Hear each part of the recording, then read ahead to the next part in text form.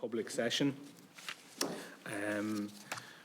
Agus dús boire bhhailm fáilte fé chu roimh agus má bhuiachas gháil libh as fé in our deanta in Jobh I ggur an cruinniú táchtach seo.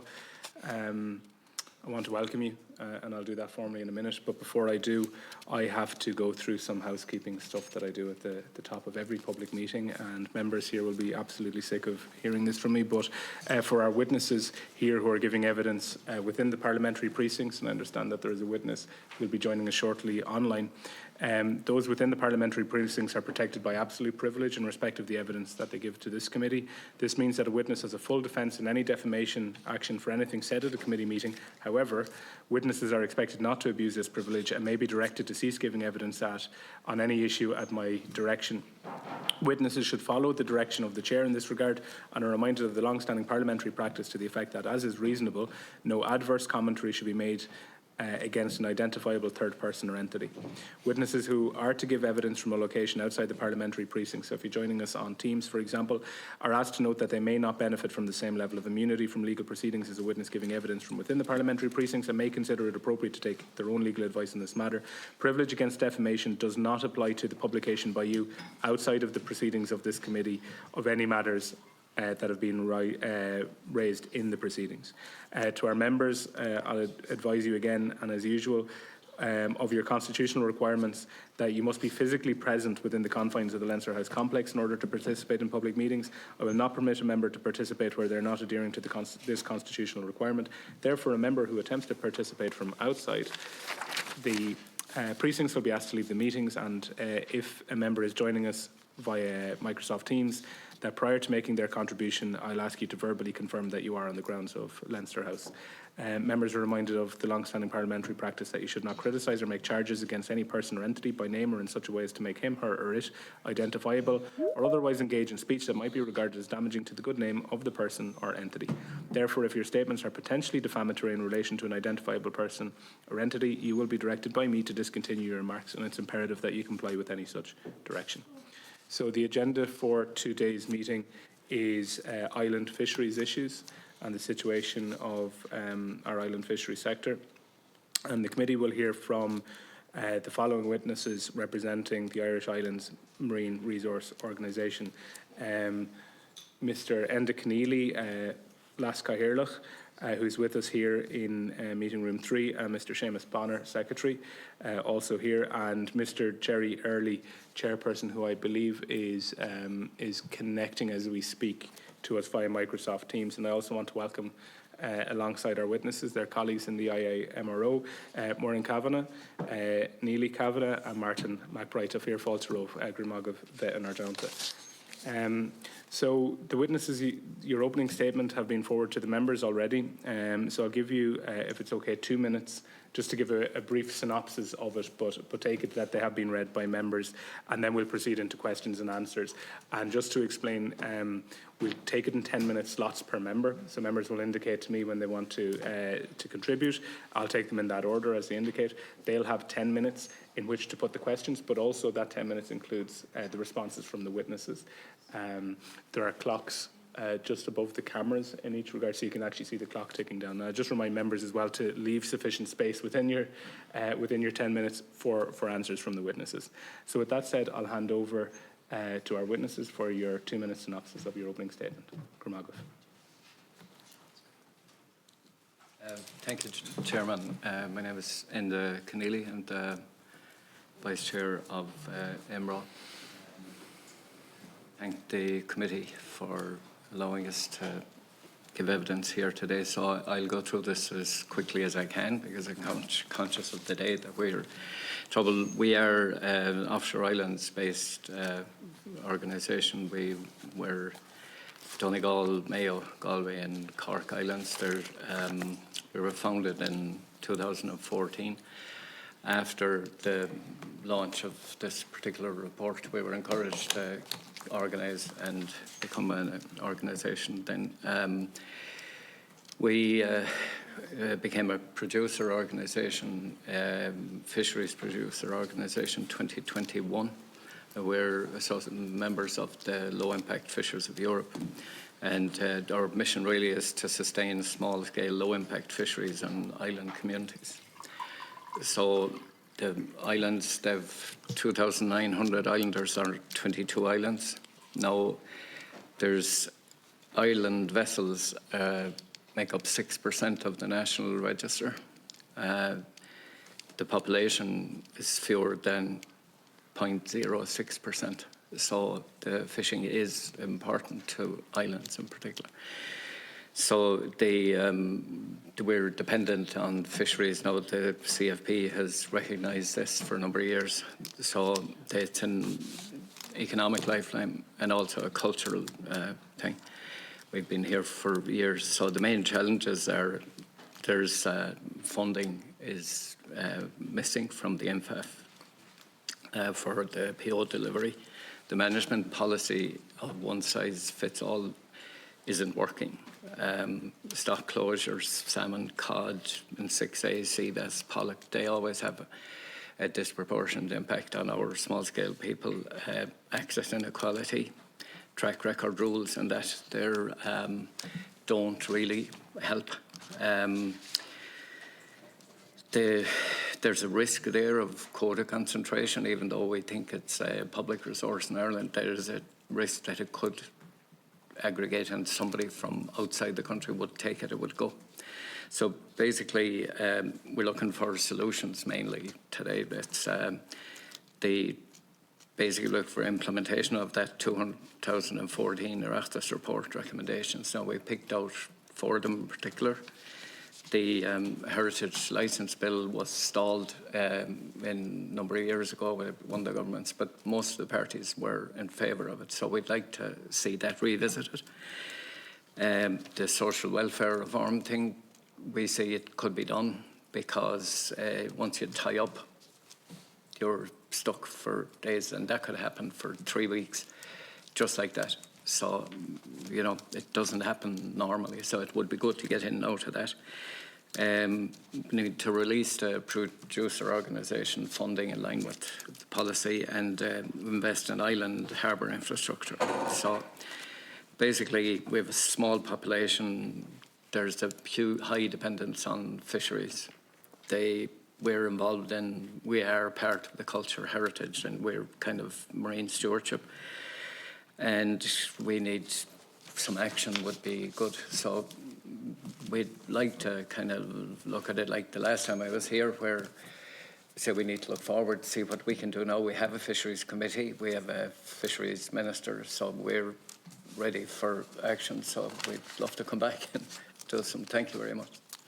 Conneely Magat and Shin. First speaker is Deputy Gallagher. And like you, want to welcome Enda, Séamus and Jerry, who's listened to us online from IIMRO Island, and also Neil, Martin McCormick and Murn, and this is possibly very small committee room compared to what she was used to when she was addressing the European Parliament Fisheries Committee last year, Murn. Anyway, I think it's important that we should hear from you. We have your statement. We have the main points which you have referred to Enda, and of course, while there are 6% of the boats compared to 0.6% of the population, and it's the only fish largely that you can fish are the non-quota species, and I would like to think that perhaps you could have an opportunity to fish some of those, because the amount of fish that you would require would be very little. I put down recently a question to the Minister regarding pollock and the research and scientific advice. And I'm not sure, but I would hope when they say in this, the status of the stock is now one of the elements to be considered as part of the TAC settings for 2026. And I would hope that good sense would prevail, and that the Commission and the Council of Ministers would accept that the amount of pollock that would be landed is so little that it would be important to those who are fishing them, and it wouldn't have any implications for the stock at all. And like the access that you've referred to, the historical track record doesn't stand up when it comes to non-quota or for quota species. And I think that's something that we should look at as well. But in addition, I would like to get your view on what you feel about the stocks of pollock that are there. And I think coming from islands, I would like to ask you, and we were around, unfortunately, when a decision was taken to terminate the drift net salmon fishery, and I lay a lot of the blame on Iceland at that time. And Iceland said that they would make a major contribution financially towards the losses, and we've never ever heard from them. A major contribution wasn't even €1. So I would like to hear your own views, because there's no one better than yourselves to establish what stocks of salmon are there at the moment, and should we be thinking of reverting to that, and even with small tags and quotas of salmon. Now, I don't know what the scientific advice, I may put down a question to establish that from Inland Fisheries Ireland, but it's important to have a view of your representatives. So I'll just leave some time for you to answer the questions.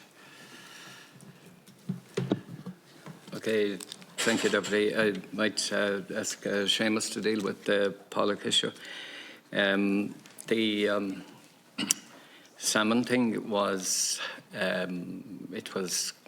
it did have a huge impact on the island fishing, especially in Donegal. I fished salmon years ago, but then the management of the fishery at the time wasn't great. The monofilament net was illegal to fish, but it was legal to have it everywhere else. So if you're going to have a law, you should have the law. We used to fish, you were 19 at the time, in a small operation. We would get, it would take you away from lobster for that 6 weeks. And the amount of fish that you were actually taking on the smaller boats was, the seals would get just as much. Iceland and their contribution to the salmon thing, well, we should have thought of that when Iceland were looking for access to European waters, and last year we were the only PO that objected to that strenuously, because we have enough fishing effort in there without bringing third countries in, without even them joining the EU. But the thing about the salmon is we need to look at, I mean, it hasn't theoretically improved the stock according to the latest information we have, so we can check that out and see if there are any ways of actually doing that. Some of the people took the compensation and some didn't, on the understanding that they could go back to fishing when it became viable again, and nothing seems to have happened on that, so we'd like to have a look at that. Thank you. I'll leave Séamus deal with pollock. Yeah, thanks, Caherla. I'm Séamus Boner from Ironmore, and I just want to say thank you for the opportunity to contribute to the discussion today. And just to add to what Enda said on the salmon, I think it's 20 years next year since the drift net fishery was closed. The stocks don't seem to have improved, so it's obvious that the underlying issues haven't been addressed. Water quality, barriers in rivers, salmon farms and river estuaries, and kind of pelagic bycatch are problems that seem to haven't been addressed. So I just wanted to add that. On the pollock, just for background, it's a couple of years now since the handline fishery was closed, and our member Maureen Kavanagh has been highlighting it since then. She fishes with her uncle from Ironmore Island using a hand line with 6 hooks. This fishery has been closed as a result of AC zero tack advice. So this means you can't have a directed fishery for the fish stock and pollock in this case. It's a really low impact fishery. It's probably the most low impact fishery you can have, and it hasn't changed in hundreds of years. But meanwhile, the industrial bycatch fishery continues, and Maureen's been highlighting this in Strasbourg and Brussels and elsewhere. And it's good to be able to talk about it today. There was, in our opinion, a big issue with the science that informed that decision. The actual surveys were not for pollock habitats, and they didn't take into consideration, seasonal differences. our experience on the islands is there are plenty of pollock around, but the management area is huge. So it's from the west of Scotland down to the coast of France, and it doesn't take into consideration the kind of regional differences in the stocks. I think we need to have a system where low-impact fisheries are prioritised, so that, you know, if there are going to be restrictions, it doesn't apply to the small boat and small person first. And I think that maybe the committee could help with that, change in policy on that. Thank you.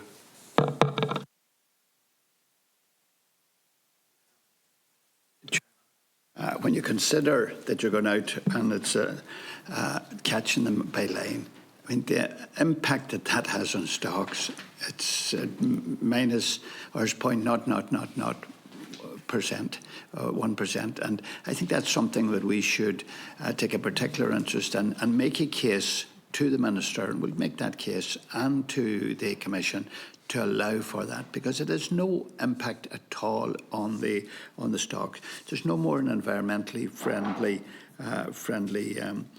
fishing. The other one, that over the last few years, pretty frightening, that the drop in crab fishing. I understand, and I know some people were prepared to make an investment in it a few years ago, but all of a sudden the quantities have been reduced. And is that as you find it in the West Coast? And do we know any reason why that might be happening? Thanks, Séamus. Thank you, Deputy. Yes, making a case to allow for this low-impact fishing would be good. The crab fishing, it's difficult to know. We were involved in the crab focus group last year. There's an awful lot of pressure coming on the stock because there was decommissioning in some of the whitefish fleets. There's a lot more pots going out now. They need to put out more pots because of their catch per unit effort is going to they need more pots to catch the same. The market for that is different as well. So there are a few issues there that we can take on board later. Yeah. Thank you. Grimagov. Unfortunately, I have an unavoidable clash, so I'm going to take my leave of you in a few moments, and my last Cathaoirleach, Deputy Gallagher, is going to assume the chair for the remainder of the meeting, so I just want to apologise for that. But before I go, I just want to make a few comments. Last week we had NIFA, the National Inshore Fishermen's Association, before this committee, and as I've spoken to you both before, I've mentioned that I'm quite keen that this committee would give voice particularly to the inshore sector and to the island sector, because we see that the vast bulk of those engaged in sea fisheries, those who are dependent on sea fisheries for their livelihood in coastal communities, be they on the mainland or indeed on our offshore islands, are experiencing many of the same issues, and it's something that I know Deputy McLaughlin and I have been engaged with you and with NIFA and with many others around this coastline on. But I think the role of this committee will be not only to give voice to organisations like yours and to those involved in sea fisheries across the board, across all types, but also to propose solutions to government. As you mentioned in your opening statement, there is now a minister in situation, and our job is not the job of the minister, but our job is to hold the minister and the department to account, and to hold government as a whole to account, to ensure that it's doing right, not just by the fishing sector, not just by our maritime environment, but by the coastal communities that depend on both. So I just want to give that brief comment to you, to thank you again for being here, and I'm going to hand over to the reins, as it were, to Deputy Gallagher, and Jennifer Whitmore, Deputy Whitmore, has the floor now to put her questions, so 10 minutes. Thank you very much, Chair, and thank you to the witnesses. I think probably the first thing to say is that from the discussions that we've had to date, I think there is a real need or want within the committee to prioritise the low impact fisheries. I think that's safe to say, and that we recognise that, you know, you are continually being squeezed into a sort of harder and harder situation in relation to your ability to not only make money from your craft but to undertake it. I'm just having a look at some of the information that was provided to the committee prior to the meeting. And one point was made, and I think this is a really important point. We're in a situation where Ireland is committed to the Marine Protected Areas legislation. And I believe fundamental to that being successful is the incorporation of low impact fisheries in that legislation, and to ensure that there is a prioritisation of people who fish sustainably within that. Unfortunately, the government seems to have stalled. And they're now not sure how they're actually going to move forward with that legislation. I'm just wondering, is that a concern to you? Have you had any? I would imagine you've had discussions about the potential of this bill coming in. But do you see this bill as presenting a different future, I suppose, or the possibility of a different future for low impact fishers and island communities? Because there's information here about Dr. Ruth Brennan, and apparently Scotland has used this marine protected area legislation to prioritise fishers like yourselves in that and make sure that there's a healthy future for you. So I think there's a real opportunity there. The other thing is, you mentioned the social welfare changes. Can you just specifically spell out what that would mean, just so we have that information? Thank you.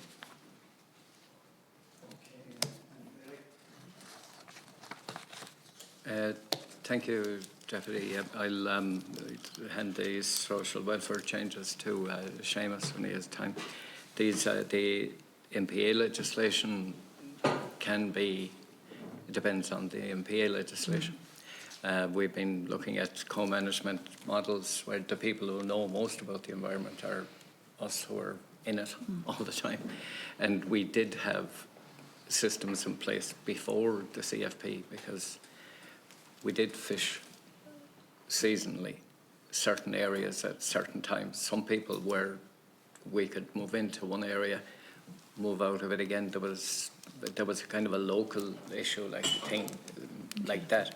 So I think what we've done is we've centralised everything, and now we're going to have to try and go back to Ireland's west coast. Is a very diverse. You'd nearly want to go by bay thing, because things are so different there.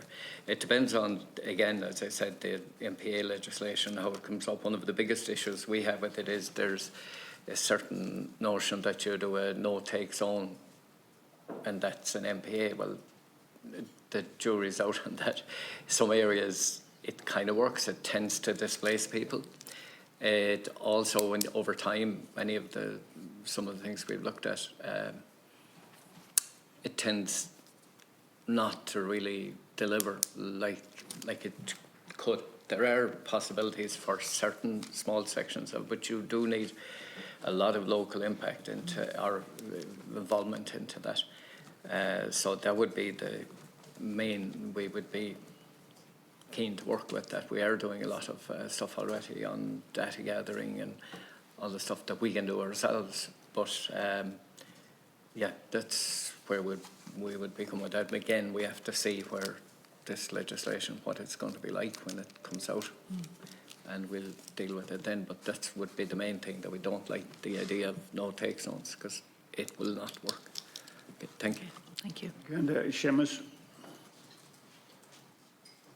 Yeah, thanks, Deputy.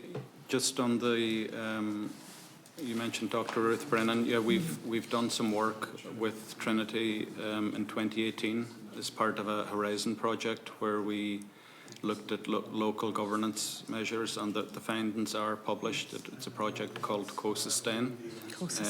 And we can send you and the committee a link on the findings of that. And as Enda mentioned, no-take zones could potentially be a big problem depending on how they're implemented, because small boats can't move outside their own areas, and if there's a no-take zone in your area, it means you can't fish, and we don't want that. There's a lot of people leaving fishing at the moment, retiring or whatever, and there's not enough people coming to take their place. That's an ongoing issue, and one we've identified to the Minister and others that it needs to be addressed urgently. Otherwise, in 5 or 10 years' time, we're not going to have any small fishing on the West Coast. On the social welfare, yeah, we're looking for reform on that. It's one of the recommendations in the 2014 report, which is, you know, what was agreed, a cross-party report a long time ago now, and it hasn't been implemented. It means that somebody who has to tie up if they're sick or if the weather's bad or something happens to their boat, they can't access social welfare supports, so there's no safety net there at all for fishermen, because they're classed as self-employed. Share fishermen are self-employed. Now, some of the bigger boats have employees, but the majority of the Irish fishing fleet would be share fishermen, and they don't have these supports. So it means that if anything goes wrong, you are really in dire straits. You can't access any supports whatsoever. And the other kind of thing that's been identified is there are a lot of unpaid work, particularly with women, supporting their families within fishing families, and you know, their work is not recognised. And if something goes wrong, they're not able to access the support that they need. Thank you. Okay, thank you very much. I think the one of the other things, and I think this probably plays into the marine protected areas, and you know, but the fact that the government has never ever made use of Article 17 to recognise that, you know, that they can allocate quotas on a prioritised basis, and from a cultural and heritage perspective. And is that something that you think that they should be doing? I mean, to me, it seems like a missed opportunity when, you know, obviously we are very controlled by Europe in how we manage our fisheries. But here is an article that specifically allows the Irish government to do something beneficial for you know, low impact fishers. And, you know, can you just make a comment on that? Thank you, Deputy. Yes, this goes back to the Heritage Bill. This is what we were trying to do, to allocate a small bit of the national quota into that. That's within the member states, if the member state does that. We cleared this with the Commission back when that was done, and they agreed that this is fully in compliance with the CFP rules, which it is. And well, it kind of went nowhere then, but it is a member state issue. The Minister can allocate quota, and goes back to the point we were trying to make earlier about the track record, which we think is not that environmentally sustainable either, because you're rewarding the people who caught the most fish. You know, it's a kind of perverse way of doing it, rather than rewarding the ones who catch the best quality fish with the least damage. You just make people create track record. Now, that was in the past. That's, I think, is going to change, because it has led to where we are at the moment. So again, going back to that Article 17 thing, there are lots of levers that the member state can pull that they haven't pulled. And the excuse I recall, I'm not 100% sure of this, Séamus might know, is that the reason they didn't allow the heritage licence through was essentially that it was against the common fisheries policy. No, the Commission said it's fine, and we said it's not, and just throw it away. 10 years later, we would have gone ahead with a lot of the data gathering. We would have built up the resources that we had in the place. You could have new people coming on board. Everybody starts in a small boat. Even somebody goes out in a kayak, they just start fishing there, and then some people like it, some people don't. The ones that do will go ahead and go into it as a career. Especially these days now, with the way we are with, say, food security and all short supply chains. I mean, it ticks all the boxes that we need to tick. So, I mean, that's an area that could be revisited, surely. So, Séamus, if you have anything to add. Thanks. Can I just stick to the 10 minutes because remember we're obliged to end the meeting at 12:40 in view of the budget. So just in relation to that, just to sum up, I believe that we'll ask the committee at a later stage that we should have another look at the 2014 report and also Article 17 that has been referred to. So we'll move on now to the next two offered is Deputy Pádraig McLaughlin. Gurmagad Cahirla. So there's a couple of areas that I'd like to deal with. The first one is the issue of producer organisation funding. There appears to be a two-tier funding of producer organisations here, and the newly formed producer organisations, which are yourself and NIFA, Inshore Fishermen's Association, have been excluded from funding. So can you just sort of speak to that and what needs to be done?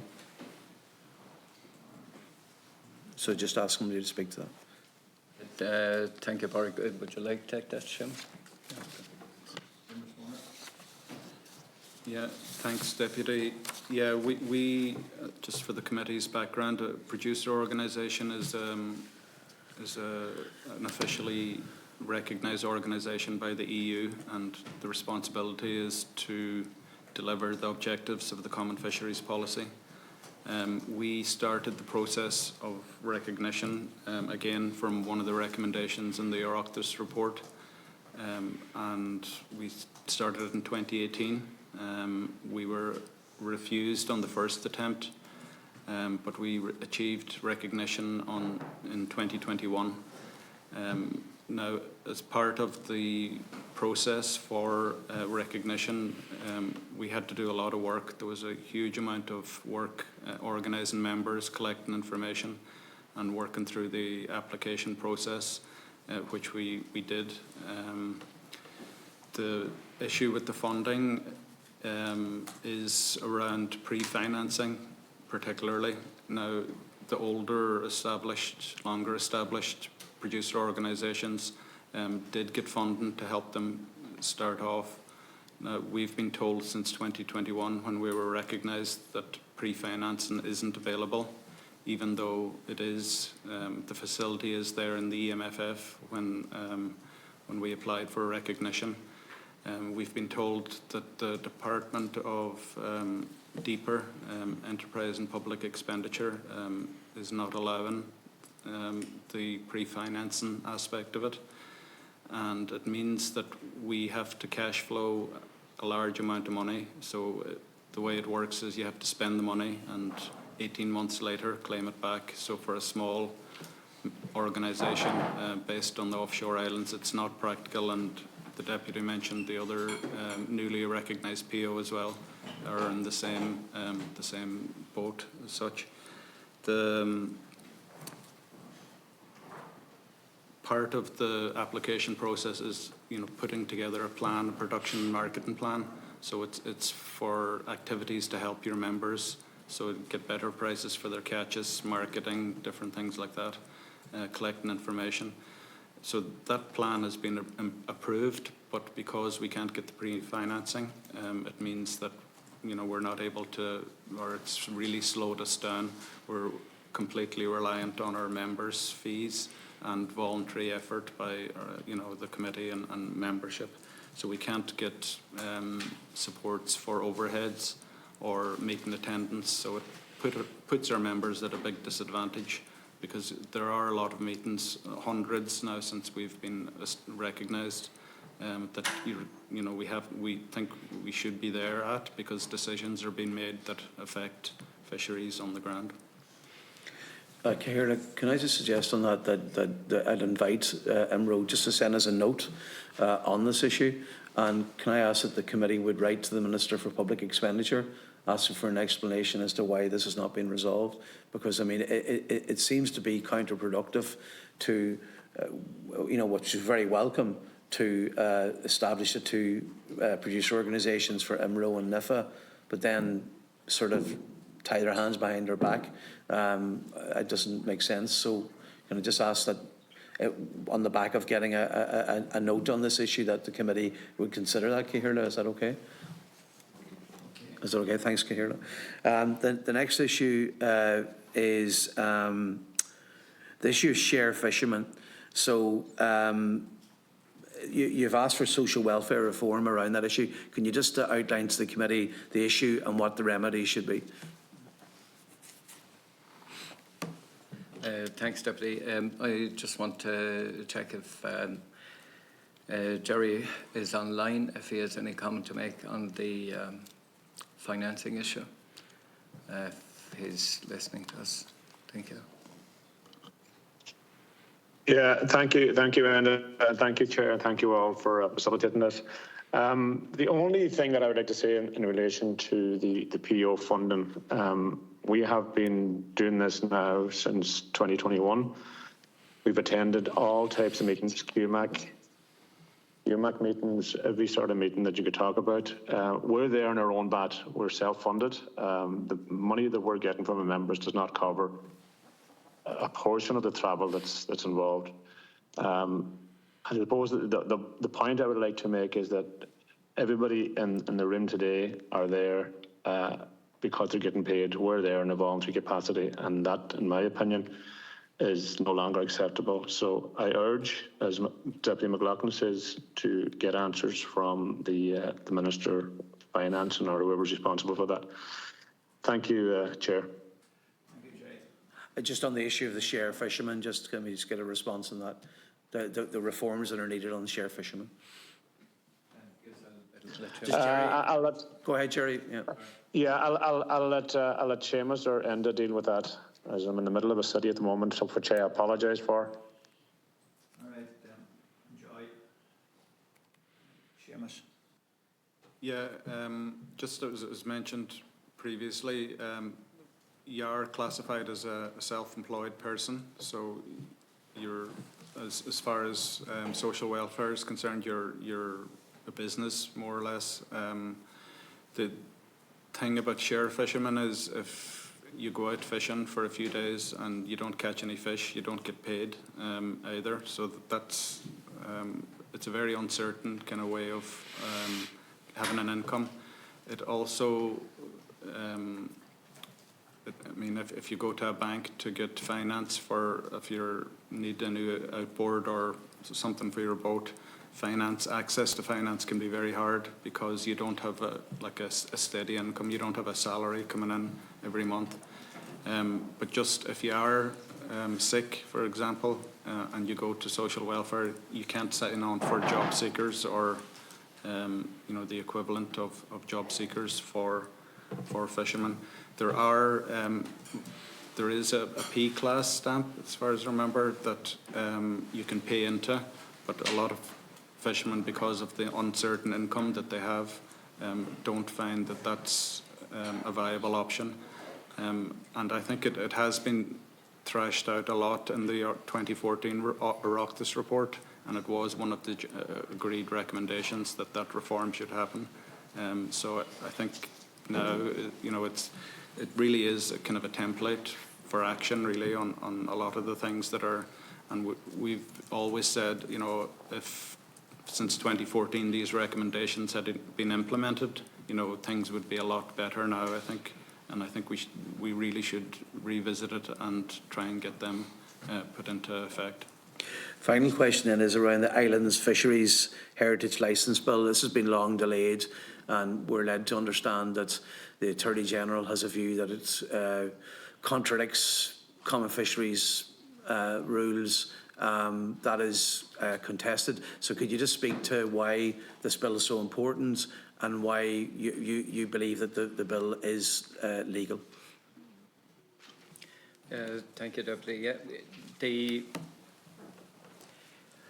I think that the Attorney General will answer the question that they're asked. So maybe the question that was asked was not the question that should have been asked, because the Commission assured us that it is within the member state issue. Now, there was a lot of talk, I remember, at the time of oh, you can't get you can't get increase the fishing effort, but this didn't involve that. You were using boats that were on the register with polyvalent licenses. You weren't increasing the fishing effort. What you were doing was reallocating a small amount of quotas so that you could reintroduce seasonality. If you could get that going on the islands, you could possibly run it as a pilot to see how you could build up a fishery again. So I think that it was a kind of a big mistake to allow that to die the way it did. Now we're in a bad situation now with the larger operators, but this will, had we done that then, you see, these things don't happen overnight. They happen over a long period of time, and then people tend to react when there's an emergency. So, I mean, it's still not too late to get going on this. It ties in Article 17, it ties in with what we're doing with cultural heritage. Any fishing on islands takes on tourism, all that kind of stuff has come into this as well. So that would have I think it would have a huge impact on going forward. And we could do it rather swiftly, I would imagine, with the help of the committee and the ministers. Thanks. Okay, that's it. But perhaps we should ask Social Protection to have a look at the 2014 report in the reference to contributions. So we'll move on. The next two offered the chair before I come as Deputy Conneely. Yeah, thank you, Chairperson. Apologies, I had to leave briefly, but I did hear Deputy McLaughlin and Deputy Whitmore previous to that ask about the social welfare issue, and I heard the response. But one of the things that I found interesting, recently I asked the Minister about the number of self-employed fishermen who were on the Fish Assist scheme, and the numbers are particularly low. And I'm just wondering, is there any particular reason that you see that? I think across the country there were only 43 fishermen on the Fish Assist scheme, which it seems remarkably low, 9 in County Galway, which I would have thought there would have been more. And just on that, I am aware that in recent times there has been a number of investigations, unfortunately by social welfare, on people involved in the scheme. I wonder, would you put that down as one of the contributing factors as to why there are so few who take up the scheme or seek to take up the scheme? And the second issue is a common theme of the guidance note that we received is relative to the ring-fence quotas that are rarely, if ever, fully taken up. And it's described in the guidance note as a consistent pattern. And I'm just wondering, would you have any reason as to why those quotas are not being taken up? Thanks, Chairperson. Thanks, Deputy. I don't know if Séamus wants to come in on any of these. You can. While the Fish Assist, from what my understanding of it, is that there's very few people availing of it. It's a particular kind of it's kind of at a low level of where people are operating. So I'm not 100% sure where the limits are for that. Yeah, but sorry, just on that end, my apologies. Just your own reference to 1964 in your own, that's not relative to the Fish Assist scheme, is it? Your own reference in your own statement was that, you know, social welfare guidelines are as per 1964. I don't think that would be. I'll have to check on that and get back to it unless Séamus remembers it. Jerry is online. Jerry, feel free to interject anytime you wish, if you're with us. If not, John. Yeah, what you're referring to, Deputy Conneely, is the current regulation that sets out access to the social welfare is from 64. Yeah. That's in the... is that in the guidance note? In the guidance note. My apologies, sorry. It's in the guidance note. Okay, my apologies, yeah. Okay. Any further? What you're saying simply is that the Fish Assist, the income parameters are too low. I think the income parameters are tied in with an SEC scheme where you do X amount of hours community work and then you get basically a small payment similar to, like, Farm Assist would probably be more useful because of the way the smaller farms operate, the way the fishing operates on a very seasonal basis. That may or may not be suitable for most people. It essentially it'll keep you at a level and you can't get out of it. but if you go into it. So it's, well, one of the reasons possibly is that it's low is maybe it's not designed properly. So we need to revisit it and see why. There, you mentioned ring-fenced quotas. I'm not sure whether you're referring to the hook and line mackerel quota or not. Yeah, I think that's one of the ones mentioned in the guidance note. Yeah, they mention that occasionally. It needs to be looked at a bit more, because there was one year where they overshot a lot, and the level of that, the way that works in other jurisdictions is that the quota would be allocated for a certain period of time. It's a seasonal fishery for most of the small boats. It'll be over by September, really. And any leftover stuff just goes into the bigger boat quota that can fish it during the winter. But I mean, it's something that I've heard it come up a few times, but it's not to do with the way we were talking about the quotas. You need to have access to different species on the area, so you can allow to go working. Like, say, the pollock was a particular problem. That's going to be a problem next year. The cod in Area 6A, that closed everything down. It goes back to the same thing about a huge centralised large management model that they're using. So maybe Jerry might like to come in on that. I think Jerry wants to come in. He's indicated. Jerry Early. Jerry. Yeah. Thank you, Chair. Just on the hook and line, the total catch at the moment is 400 tonne. Now, initially there was as Enda alluded to, there was an overshoot. That seems to have settled down quite well. But the one thing I would like to stress, Chair, is that in lieu of the recent announcement and the cuts that are coming down, unfortunately, is devastating news for the pelagic sector. But that percentage, that 400 tonne, remains, and not that it gets cut as well. So it's just something to bear in mind. There's something else that I wanted to allude to, Chair, if you don't mind, in a comment you made earlier in relation to the salmon. As far back as 17, 18 years ago, shortly after the ban came in, we suggested at the time that we accept the science that is coming from all quarters, but the one science that wasn't used was that of the fishermen.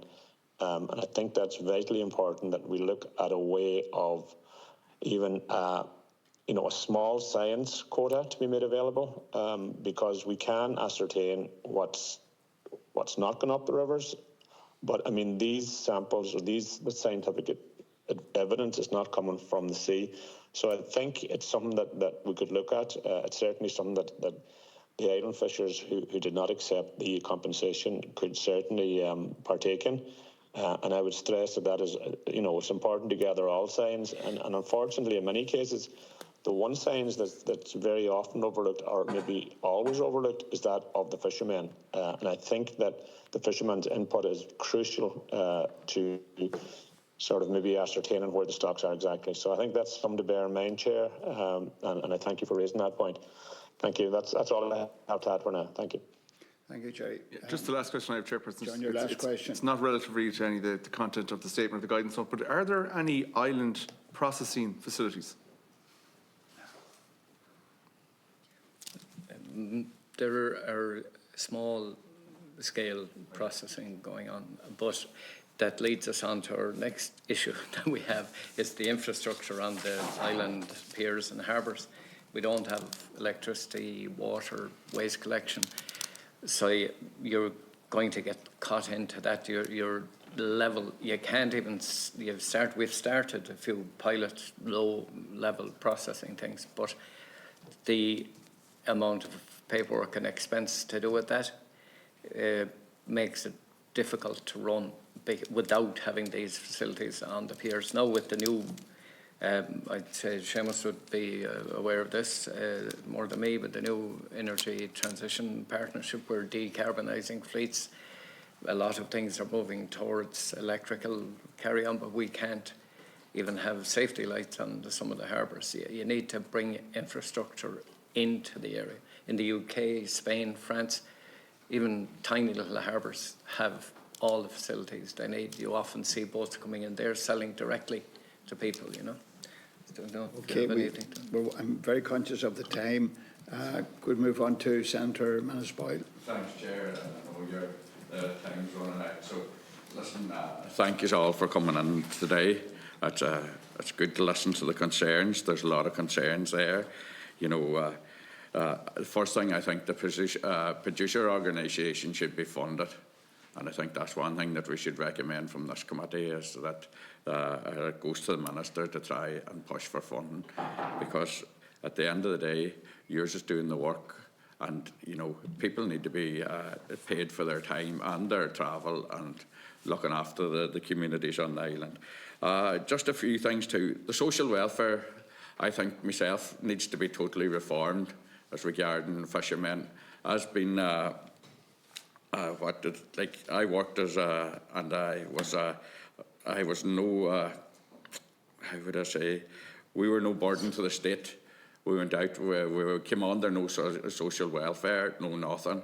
And I mean, when somebody gets sick or something like that, there's always a problem in a household. So I think we need, Chair, to talk to the Minister for social welfare to see, can we get a package set up for small fishing organisations? Because I see it myself. This week or last week alone, I had one man in Donegal and he hurt his back and he was off. And like myself, when he was self-employed, he's entitled to nothing. You know, and by the time he gets through the social welfare system, like it could take 12 months. There has to be a way that the fisherman can get through the social welfare far, far quicker. Like yours know yours better than me. You could be allowed to fish 2 days this week with weather and you mightn't get out for 3 weeks. I mean, what is a family to live on? You know, I can't get it into my head why the Minister's people can't see this. I mean, I'm steady saying it because I'm getting it back. When you're self-employed, you get no funding at all. And by the time that you're out the other side trying to get back then, and they'll come with a lot of pittance to you then. So I totally agree with that for you. Island infrastructure too. Like, I know from being on the islands, the infrastructure's not there. I mean, I think we need to put a push on here too, that there will be capital expenditure spent on islands, even for health and safety grounds for fishermen landing their catch. I mean, it's totally... I seen when I was out in one of the islands, they were lifting fish boxes up with ropes, 2 men pulling them up. I mean, at this day and age, it's totally wrong. You know, so I think that the infrastructure needs to be looked at. Social welfare needs to be looked at. The 2014 report needs to be done. And also Article 17 needs to be revisited. There's a lot of stuff here that needs to be done. Also on the track record. And I mean, Jerry did say one good point there. And it beggars belief, like IIMRO and all these ones say, given scientific reports. The fishermen that I would talk to on a weekly basis and ask them about where is there herring in the bays, is there sprat in the bays, is there... They are not asked any questions at all. Like, they're the boys that's out there at the coalface. It's no more than morning here with the pollock. If there's pollock out there, they'll know. I mean, the fisherman never gets to feed into the scientific issues. And I think that's something that's totally wrong. I mean, from what I'm hearing in Killybegs all weekend is the boarfish needs to be culled. There are far too many of them out there. But like, that's the fisherman's advice that's out fishing every day. But nobody wants to listen. So there's just a lot of points there, that I would like you to come back on. Where do you see that we could try and do something on the infrastructure? And I know the social welfare one is one that I'm trying to work hard on, that we get a social welfare package put in place for fishermen. The days they can't fish, that they can get something. So thank you. Senator Enda or Séamus? Enda. Like maybe Séamus might take the infrastructure thing. Okay, Séamus. Yeah, thanks, Deputy. Infrastructure is an ongoing issue. We've done some work where we surveyed all of the islands to see what was there, you know, and basic services are missing in a lot of the piers and slips and that people would use. There might be a small slip and there might be only 1 or 2 boats fishing out of it at one time, but things like power, light and water, even the very basics, are missing. There's a couple of levels of, I mean, the funds might be there. We saw funding available from the BAR Fund, the Brexit Adjustment Reserve Fund. A lot of it was sent back, unfortunately, because the local authorities didn't have the capacity to apply for it and deliver it on time. I think that needs to be addressed at local authority level, that the human resources are there, because there is a process where you have to, you know, apply for it. But I think maybe a national audit of all piers and harbours, slips, to see if they have the very basics like light, power and water, that could be done, and if they don't have them, you know, to put that in place. I mean, that's a very basic level of services that could be delivered in the morning if we had a bit of will to do it. Thank you. Okay. We're on to Deputy Charles Ward, Islander himself. Islander myself, yeah. I want to thank you all for coming here today. Looking at this, we recognise, particularly myself, I recognise the importance and the way of life the island fisheries brings. You know, growing up in a place like IIMRO myself, and seeing the decline in fishing, particularly now, basically where I'm from, Afford, there's only, I think, Moran's family are the only ones that are probably fishing out of it. And we've seen it just keep on declining. I think if we had the social welfare in place back when it was meant to come in, we would have attracted more people to this sector instead of driving them away. And this has caused a decline that is quite frankly worrying as we're going forward. Like if you look at it, the small scale vessels support over 50% of the fishing employment, and that's just they only get 14% of the fish. It's an inequality here that's throughout, as particularly when it comes to islands. We are already disadvantaged, and this is more so. So I'm going to be very brief, and I'm going to give you about 5 questions and get as much of this done as we can to get it out. Your perspectives on the claims. What's your perspectives on the claims? The departments and the island fishers have not fully utilised existing quota allocations that are kept for small-scale fishing. That's the first question. Any of you want to take that?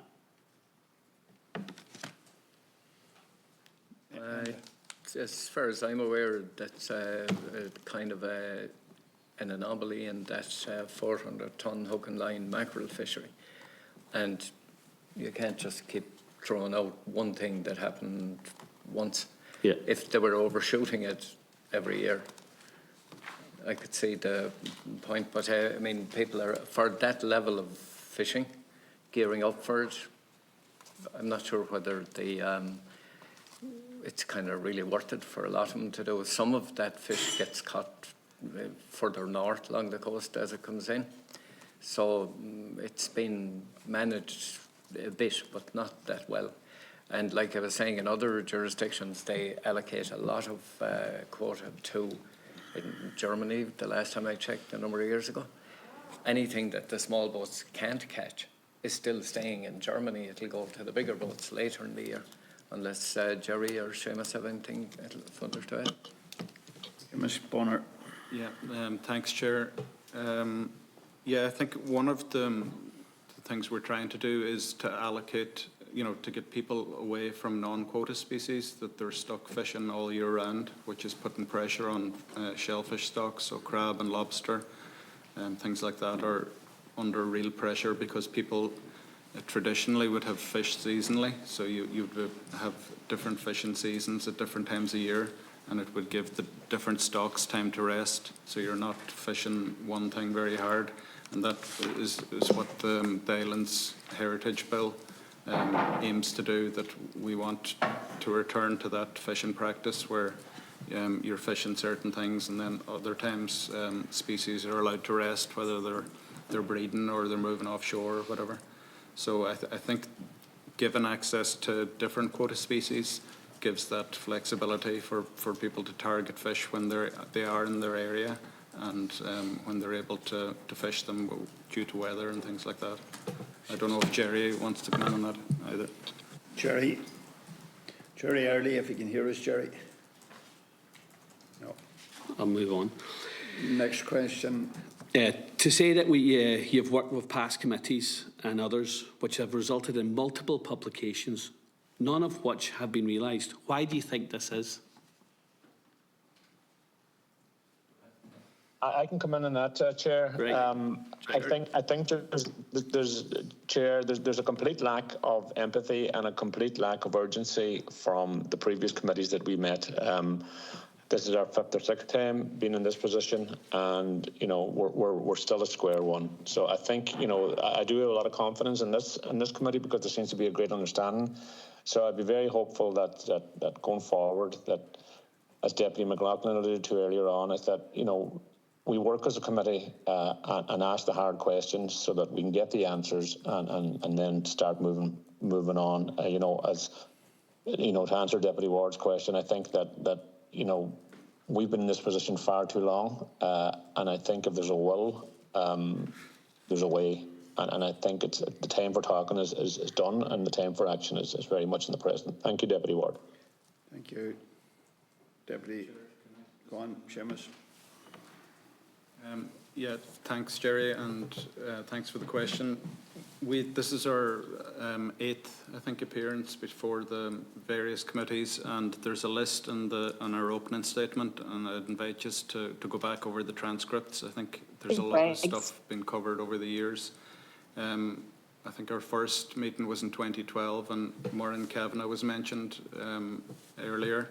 She was 3 when we first came here to give evidence, and hopefully now we'll have a bit of action on the back of these meetings going forward. Thanks.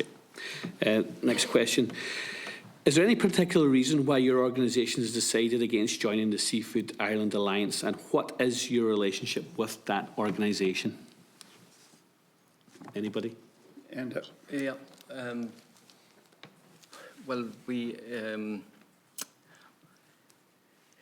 it's at the level of where things are at. We're been involved with them over years at the advisory councils, at the Iceland negotiations. We take up slightly different positions on, especially access for Iceland, and it now shows that I think we were right. And you see, that's a kind of a one-size-fits-all thing as well. Yeah, Our requirements are slightly different.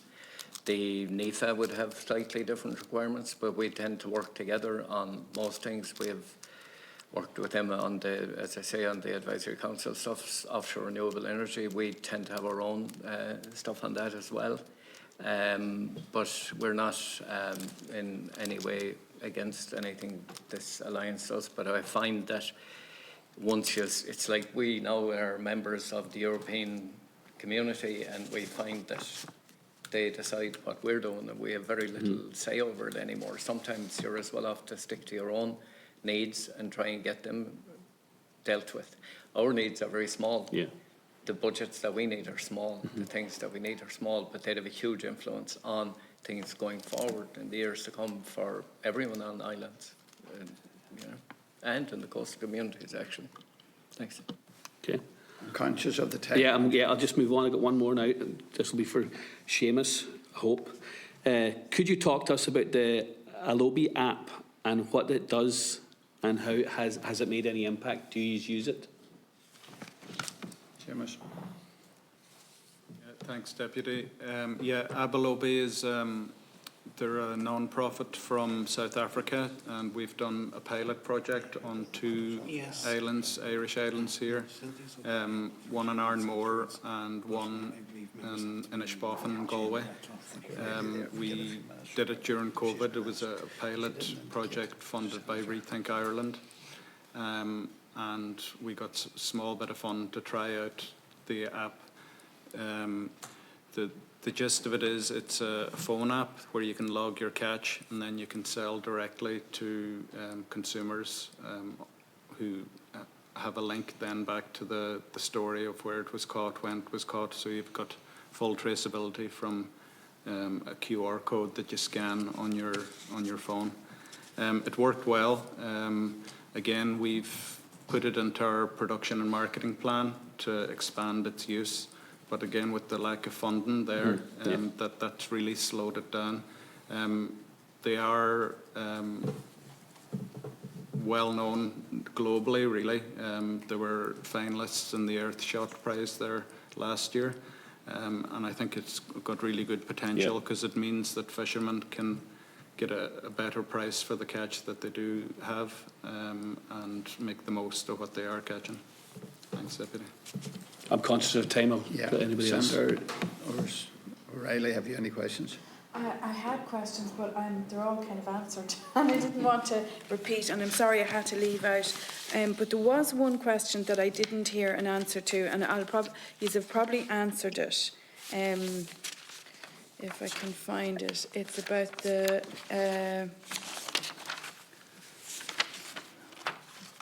the track record. Maybe somebody has asked that already, but can you explain how small-scale island fishers were prevented from establishing track record and therefore normal access to national quota?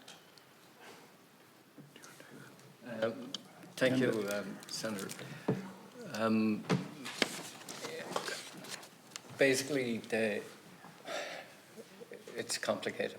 We'll try and simplify it. The quota is allocated based on track record. If you were fishing, say, 10,000 tonnes of mackerel, you were first in line to get the quota for that. It's kind of well established within the EU stuff now. The dangers, you have to then buy tonnage in kilowatts, and in Ireland, in theory, the quota is a public asset that's allocated by the minister, but in practice you find it's kind of nearly de facto privatised at this stage. So there is a danger that if that quota gets attached to a vessel, and if the vessels go broke or get taken over by another corporation, all those national assets could disappear off Ireland's assets at the moment. So there is that note. When I started off fishing, you got a boat, you caught some fish. The fish you caught were yours, and the fish I caught were mine. And it was at a level that it could work. Now, I know that since the management of it came in through the European Commission competency, that they've gone down, they try and get kind of large-scale things done. It's like a bit like ISIS advice on the pollock. They pick a huge area with loads of different nuances within it, and they just go for it. It doesn't really suit. But that's essentially how it's very difficult to start into the business at the moment, is what I could say with it. And that has to be looked at again. As against like track record, I see a lot of it in the crab stuff in the North Sea, where some new entrants are just killing every kind of crab they get just to build up a record so they can have themselves set up for getting whatever they think they'll get out of it. And I suppose you need to manage the fishery. You're fishing a finite resource. If you go into it at an industrial scale, you will kill it, and it won't come back. So we have issues like that at the moment. But I can go through the track record with you again because we're on the clock here. But essentially, that's the way it kind of works. It's very hard to get into it without. It's expensive to get into this kind of stuff for a new one starting up. Séamus may have anything to add. Do you want to add to that? Yeah, just briefly. Thanks, Chair. I think if you were fishing within certain index years, that gave you the track record starting off. The big disadvantage of that is for young people coming out who want to start fishing. if you weren't in fishing in those years, you've no way of accessing that track record, that quota. I think the whole issue of allocating using track record is a big problem. And one of our witnesses years back in 2018, I think it was, Jerry Percy from LIFE, the Low Impact Fishers of Europe, he said, you know, we can allocate quota to give a good living to, you know, very many people, or we can do it so that a few people make a fortune, was the gist of what he was saying. And I think using track record is the latter. We need to start looking at encouraging young people into fishing so that we can continue what we've been doing for a long time on the islands. Thanks. Okay. Yeah. Have you another question?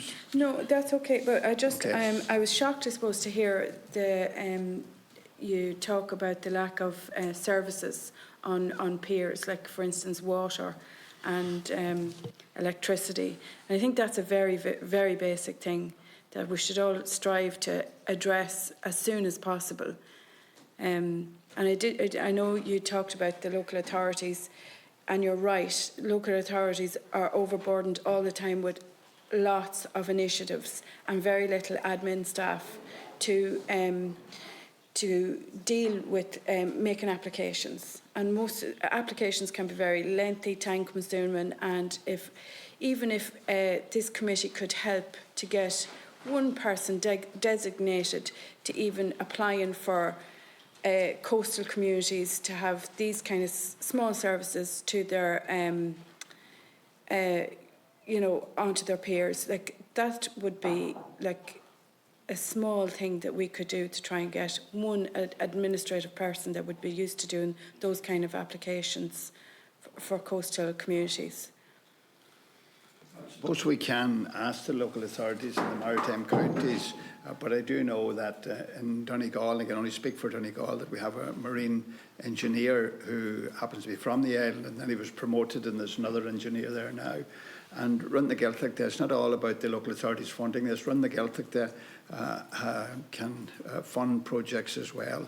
So if the various islands decide on doing an audit and what's required, then communicate with their local authorities, and then we can pursue this with the Minister for Social Welfare and the Gaeltacht, Dara Conneely, who is very favourably disposed. But quite a lot has happened in the islands that we're familiar with, even as recently the lights and the various ones. So anyway, something that we can pursue.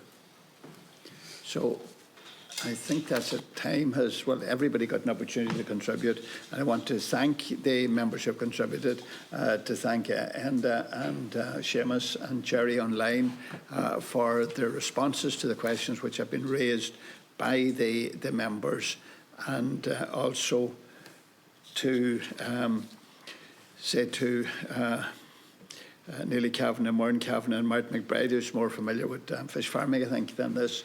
But to say to those, you didn't have an opportunity, but I hope that your representatives made a good case on your behalf, and that your public representatives responded, and that we shouldn't leave it here today, that I think we should be available afterwards to help to pursue and to do a follow-up. So that's the end of the contributions, and as there are no further matters for discussion, today's meeting stands adjourned until next Tuesday, the 14th of October 2025. Good night.